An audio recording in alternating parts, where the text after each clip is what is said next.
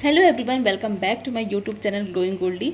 दोस्तों, आप सभी कैसे हैं। आज मैं जो है तीज व्रत का वीडियो डाल रही हूँ। सॉरी, थोड़ा सा लेट हो गया पोस्ट करने में, क्योंकि मैं बहुत बिजी शेड्यूल में थी इस वजह से, और ट्रैवलिंग भी बहुत किया हुआ था तो थकान ज़्यादा हो गया था, इस वजह से जो है ये लेट पोस्ट हो रहा है। तो ये मेरा शादी के बाद जो है पहला वीलॉग है। आई होप आप लोग को सभी को अच्छा लगा हो। शादी के बाद ये मेरा पहला तीज था दोस्तों, और तीजा का पर्व सब महिलाओं के लिए भारतवर्ष में बहुत धूमधाम से मनाया जाता है, और इस दिन महिलाओं का ही दिन होता है।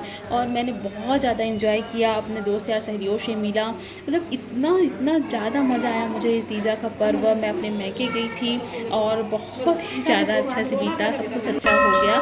चलिए आइए मैं बताती हूँ कि मैंने आज क्या क्या किया। तो दोस्तों, सबसे पहले ना क्या हुआ कि मॉर्निंग में उठ के ना मैंने दातुन किया। इसे मम्मी ने खरीदा था, हमारे घर के पास बेचने आते हैं इस दिन, कमर छठ होता है या फिर ऐसा कुछ त्यौहार होता है ना, तो उसमें दातुन बेचने आते हैं। आपकी तरफ से दातुन कहते हैं या दातौन कहते हैं, मुझे ज़रूर बताइएगा। तो सबसे पहले जो है मैंने दातुन कर लिया, उसके बाद मैंने जल्दी जल्दी नहा धो के रेडी हो गई। और दोस्तों, सौभाग्य की बात ये थी कि आज मुझे दुर्लभ बेलपत्र मिला। ये बेलपत्र में ना ऐसा शिवलिंग बना हुआ था, और बहुत दुर्लभ होता है कि आपको 3 बेलपत्र वाले पेड़ में आपको 4 बेलपत्र मिले या फिर 5 बेलपत्र मिले। जब भी ये मिले तो आप इसे ज़रूर चढ़ाएं और अपने पास रख लें। तो मैं इसमें राम राम लिख के भोलेनाथ में चढ़ा दी थी। तो सबसे पहले जो है मॉर्निंग में मैंने पूरा पूजा पाठ कर लिया, क्योंकि व्रत की शुरुआत में हम नहा धो के स्वच्छ कपड़े पहन के पूजा पाठ कर लें, अच्छे मन से प्रार्थना करें कि हमारा जो पूजा पाठ है वो बहुत अच्छे तरीके से हो, निपट जाए।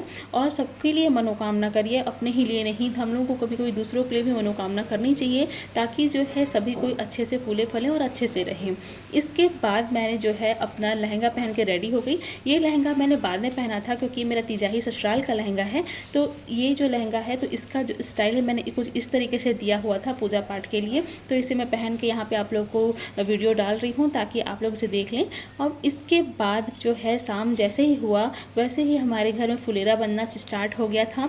भाई मेरे लिए और मम्मी जो है फुलेरा बना रहे थे। ये डांस भी कर रहा है यहाँ पे। तो ये फुलेरा जो है मेरा तैयार हो गया था।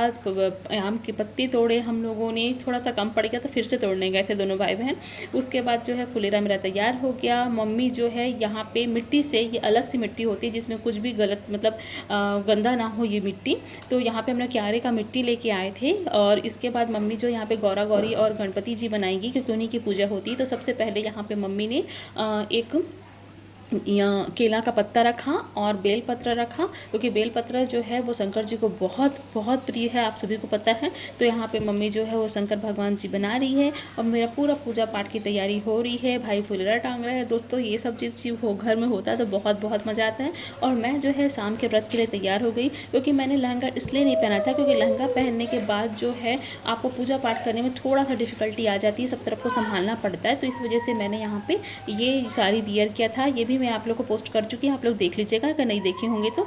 इसके बाद सबसे पहले अब क्या हुआ कि तैयार व्यार हो गई, अब हम लोग को पूजा करना है। तो पूजा में सबसे पहले जो है कलश की पूजा की जाती है विधि विधान से। तो कलश से स्टार्ट होते होते गौरी गणपति की पूजा की जाती है। उसके बाद जो हमने भगवान बैठाया हुआ है गौरा गौरी गणेश जी, उसकी पूजा की जाती है। यहाँ पे मम्मी पंचामृत तैयार कर रही है। तो सारा जो है ये सब मेरे पूजा पाठ का सामान है, जो कि हम पूजा में लगाएंगे।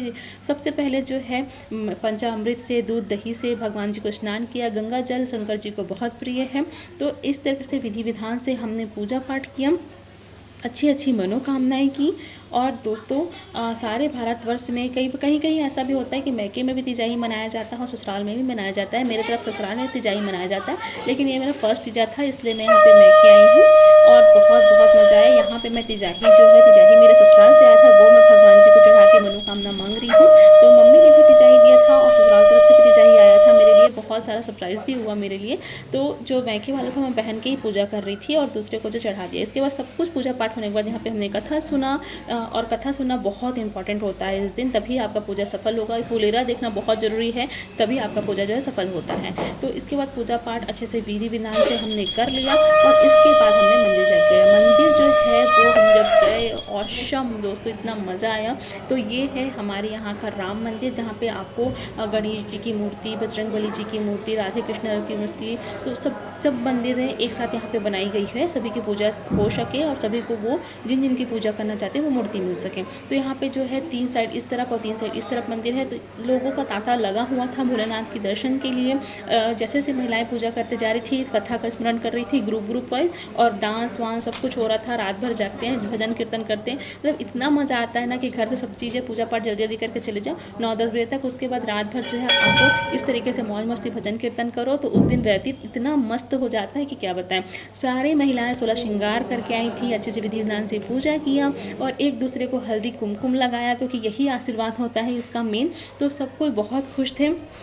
इस दिन जो है वो दोस्त यार से मिले हम। दोस्त यार से मिलना ही इतना बड़ा खुशी होता है ना, अपने बात शेयर करते करते कब टाइम बीत जाता है, और आप उपवास भी हैं, आपको पता भी नहीं चलता। लेकिन इस दिन बहुत ज़्यादा गर्मी थी दोस्तों। हमारे यहाँ ये परंपरा रही है कि तीजा को उपवास के एक दिन पहले हम कड़ू भात खा के उपवास रहते हैं, और अगले दिन जो इडहर की सब्जी बहुत ज़रूरी हो जाती है। हमारे तरफ फेमस है इडहर की सब्जी, तो मेरा बहुत फेवरेट है, इसी से ही हम उपवास तोड़ते हैं। लेकिन व्रत तोड़ते ही हम पानी पीते हैं, केला खाते हैं, सिंघाड़े का हलवा खाते हैं, क्योंकि प्यास इतनी लगी होती है कि स्नान करना जरूरी हो जाता है, इसीलिए ये सब चीज़ खाया जाता है। और दूसरे दिन मैं जल्दी जल्दी उठ गई, स्नान स्वच्छ कपड़े पहन के पूजा के लिए तालाब निकल गई विसर्जन के लिए, और क्षमा भित्ति मांगा और बहुत अच्छे से संपन्न होने के लिए भगवान से प्रार्थना की। अब अगले दिन गणेश चतुर्थी आ जाता है, तीजा के दूसरे दिन ही गणेश जी का आगमन होता है। तो ये है हमारे यहाँ का गणेश जी बैठा हुआ है, गणपति बप्पा मोरिया। तो दोस्तों ये व्लॉग आप लोगों को कैसा लगा मुझे कमेंट सेक्शन में जरूर बताइएगा।